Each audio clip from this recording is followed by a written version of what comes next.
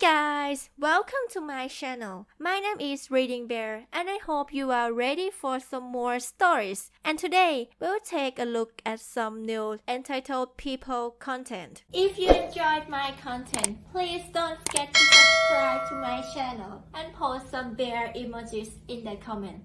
And now, let's dive right into the stories. The first story is titled, "Neighbor built an illegal fence across our shared lake and destroyed my lawn with chemicals." I recently moved to a new home and nearby my house was a beautiful lake. It was created years ago by the old homeowners and my current neighbor. He was a little on the older side, being in his 60s, and seemed to have a huge problem with me living here for no reason. I heard that he was good friends with the old owner and the two of them shared the full lake despite it crossing over the property lines. That wasn't a problem with me, and if he wanted to use the whole lake space to enjoy it as well as me, I was more than happy with that. Still, this guy seemed to absolutely hate me, like I personally kicked his best friend out of the home. For one thing, he seemed to complain about everything I did to the other neighbors and even the cops.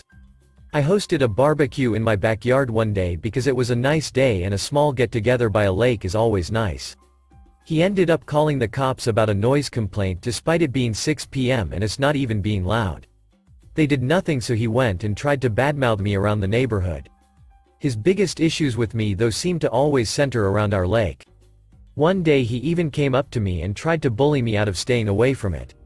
"Neighbor, I noticed that you were hanging out on my lake today." Me. I mean, I was on the lake. It's on both of our properties though, and it was clear when I bought the house that it was half mine. "Neighbor, you didn't put any hard work into it like I did.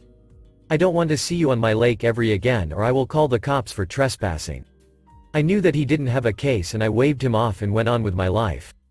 I still used the lake because I had just as much right as he did to use it. My guess was that he couldn't get the city or the cops to side with him though, because what he did next was more than radical. I went out back one day to find a fence between the properties. This seemed normal enough. Many people have fences, and I didn't mind it. The problem was that the fence ran all the way through the lake, dividing it in two. I thought this was the pettiest thing the man could do, and there was no way this fence was legal. I wasn't going to let him get to me though, and while I looked into his illegal fence, I still enjoyed the lake, even though it was less than ideal to only have half of it awkwardly. I guess my response wasn't to his liking though, because he wasn't finished there. In addition to building a lake, this guy was also big on his lawn and had all kinds of products. One day I came outside and saw that my entire lawn was destroyed. I didn't know much about lawns, but my friend did. He said it was clearly destroyed using herbicides, and I knew right away this a hole of a neighbor was responsible. I had enough with him and decided to just sue him for property damage and an illegal fence. It turns out this was a painstaking process, and without any proof he was the one that did it, I couldn't do much. The courts basically said that as far as the lawn went, the charges were going to be dropped against him. The fence, however, was fair game, and that went to court with me wanting it taken down so I could have normal access to the lake that I should be able to have. The judge actually sided with me on this point, and he was ordered to remove the fence. You would think this is where the story wraps up, all nice with me winning the fence being taken down. Well, think again, because he immediately appealed this decision, and in addition to it put defamation charges against me because I was telling people that he destroyed my lawn. The nightmare of the courts continued, and it was a very slow process. The entire time though I was forced to constantly see neighbor and not be able to say or do anything to him. Sometimes I would even see him in his yard with the herbicide trying to rub it in my face that he destroyed my property and ended up getting away with it. I was livid, and honestly at this point I just wanted everything to go away. I didn't care about the stupid lake or the fence, I just wanted this guy to leave me the hell alone. But since this time, he was the one initiation the courts, I couldn't just walk away from it all. Then one day everything changed when I saw neighbor outside. He was minding his lawn near his side of the lake when he ended up falling right in. I thought after a moment he would surface, but when he didn't, I got worried and hoped the fence. Then I jumped into the water and went to get neighbor and drag him out. Turns out that he hadn't been using the lake in his older age because it wasn't safe for him to even be in the water anymore. If I wasn't there, he probably would have drowned. I half expected him to get mad at me for being on his property. Instead, he smiled at me for the first time since I moved in. I got notified that the charges from neighbor were dropped and I no longer had to deal with the courts or legal fees. Even better, he got the fence removed and I was able to use the lake correctly again. I wouldn't say that we were friends after that day, but he didn't want to bother or harass me anymore. I have been able to just live peacefully next door to him. Even though I can use the lake with no problems, I still tend to not want to use it while neighbor is in his yard. The whole situation put a bad taste in my mouth about it. My lawn has since healed and stayed healthy as well, so I can try and put the whole situation behind me and maybe one day become friends with neighbor. The next story is titled, Thunderfoot Karen Lied to the Landlord to Get Me Evicted. This story happened to me about 10 years ago, but my wife and friends and I still laugh about it to this day, even though it led to a lot of distress at the time it happened. We never actually learned this Karen's name, but we refer to her as Thunderfoot, and you'll see why. When I was 20, I moved into a one-bedroom apartment on the bottom floor of a small apartment complex, with an older woman in her 40s to 60s living in the apartment above me. An important thing to know for context is that the landlord didn't live or operate in the complex, they just managed it remotely from their home a few miles away and were never really on site unless they did an inspection. Almost immediately after I moved in, I began getting to know my next-door neighbors, who were two very nice old ladies that liked me a lot, and I would often come over and chat with them. They warned me that the woman who lived above me had lived there for nearly a decade, and the entire time she'd lived there, she'd gotten every tenant who lived underneath her evicted within a matter of months. I figured if I just didn't annoy her, I'd be fine. I began noticing as soon as I moved in that the woman upstairs made a lot of noise as she walked, stomping her feet so loudly that they banged on my ceiling. This is why my friends and I started calling her Thunderfoot, not to her face but just joking with each other whenever we heard her stomping around. Ironically, if I so much as had my girlfriend or a friend or two over to watch a movie or play some games, even though we made sure to keep it down and her stomping was much louder than us, our landlord kept calling me and telling me that she was calling the landlord and complaining that we were making too much noise. Pretty much the only interactions I personally had with Thunderfoot were when she would poke her head out her window and yell at me and my friends and girlfriend for smoking cigarettes out on the sidewalk where we were perfectly allowed to smoke. We weren't even under her window, we were across the parking lot. Other than that, she didn't talk to me, but she would call our landlord and make up the strangest things. It started with telling the landlord we were making too much noise when we were deliberately being quiet, then telling them I was throwing big crazy parties when I wasn't throwing any parties at all, then claiming the cigarettes we were smoking outside were really joints. Then she escalated to claiming really weird things like that my friends and I were climbing into my apartment through my windows. Who would even do that and why?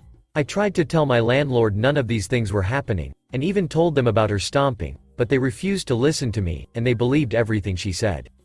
The landlord gave me warning after warning and threatened to have Thunderfoot call the cops on me, and I eventually got to the point where I wouldn't let any friends come over anymore just to be safe. Even my girlfriend only came over occasionally and we were very quiet. This whole time, I was friendly with my other neighbors who assured me they never heard any noise coming from my apartment or had any problem with me. But apparently Thunderfoot complained like this to the landlord about every single tenant who's ever lived under her, and the landlord always believed her. Eventually one of my neighbors told me about a very strange incident that happened when I wasn't even home. One day while I was at school, my neighbor saw Thunderfoot talking to a police officer right outside my apartment and telling him my friends and I were making too much noise in there. Apparently, she had filed a noise complaint when nobody was even there. The officer told her he didn't hear anything, but just to be sure, he knocked on the door and looked in the windows. He told Thunderfoot that there didn't seem to be anyone home, but she told him, "I know they're in there. I can hear them laughing." My neighbor said the officer just looked very confused and left, probably thinking she was just crazy. After all these complaints, my landlord evicted me after living there for only 4 months. My other neighbors told me they were very sad to see me go, and they enjoyed having me around while I was there, and they reassured me it wasn't my fault as Thunderfoot did this exact same thing to everyone. She just didn't want anyone living under her, maybe because she just wanted to stomp around without anyone complaining or judging her. Here's a funny end to the story. At one point while I was living there, my friends and I were laughing about Thunderfoot one day after we heard her stomping again, so I drew a picture of an angry Sasquatch-like creature, wrote Thunderfoot on it, and put it up on my fridge. After I moved out, I realized I forgot to take that picture down. I just laughed picturing the landlord inspecting my apartment and finding that picture on the fridge. Edit for clarity. One of my neighbors told me they did vouch for me and told the landlord I wasn't causing any problems, but the landlord wouldn't listen to anyone but Thunderfoot. That neighbor told me she heard a rumor that Thunderfoot and the landlord had been close friends for years, so the landlord was always catering to her. To people suggesting maybe they were more than friends, I should note that they were both women and both in relationships with men, but obviously queerness, cheating, and polyamory exist. I'm a queer and poly person myself. And for people asking why I didn't fight it, dude, I was 20 years old and freshly out of my parents' house. I didn't even know I could do anything about it. Also, this is a more minor issue, but I'm not he. The last story is titled, Renting a Lovely House but My Landlord is Entitled and Intrusive. And lives nearby unfortunately. I, female 50, rent a lovely house in the countryside in the northeast of Scotland. It's just right for me. I'm the happiest I've ever been here. This is both due to location and the fact that this is the first home I've made for myself after my marriage ended. My ex is a lovely guy but messy and moody, which made living with him stressful. Having my own clean space without a grumpy man hanging about is very restful. Lol, it would be perfect if it wasn't for my landlord, Malcolm male 66. He has inserted himself into my space in intrusive ways and then blamed me. Which is incredibly frustrating. 2 weeks after moving in, 2 years ago, his dogs came into my garden and savaged my cat. I heard the cries of my senior rescue cat, Sally, who was 12 at the time, and barking, and went out to the garden to find her defending herself against 3 dogs. My landlord was on a pushbike shouting at them ineffectually. I rescued my girl and shouted at my landlord to control his dogs. His response was to say it was my fault. To say he'd told me that his dogs couldn't be trusted around cats. This is true. Soon after moving in, I saw him going by. The property is on a farm that he owns and works. We said hello and he came and spoke to me. He asked me about my cat. I had stated on my application form I filled in that I had a cat that I allowed out. One of the reasons I wanted a countryside location was to give her some relatively safe freedom. I thought that having been open about this and that he agreed to rent to me, this wouldn't be an issue. Malcolm mentioned he had 3 dogs. They weren't to be trusted around cats and he gave me an old gate post to put under my side gate. I wasn't entirely sure what this was for. To keep the dogs out.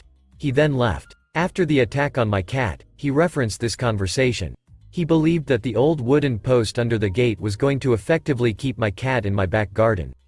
That when his dogs saw her sleeping in my front garden and attacked her, that it was my fault for allowing her out of the back garden. I wasn't aware that this was the agreement. Or that he'd bring his dogs off the lead on a regular basis past my home. Knowing they would attack my cat if they saw her, I took her to the emergency vet. She was bitten pretty bad on her back end. Several puncture wounds around her bum. I paid out of pocket and billed Malcolm.